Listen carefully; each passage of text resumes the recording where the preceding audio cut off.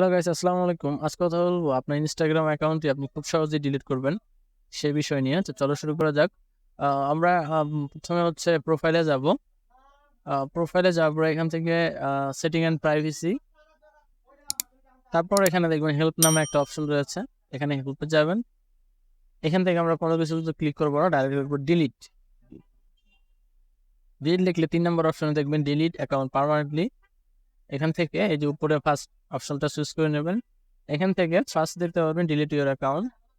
এখানে আপনি কি কারণে ডিলিট করবেন সেই বিষয়ে জানতে চাচ্ছে।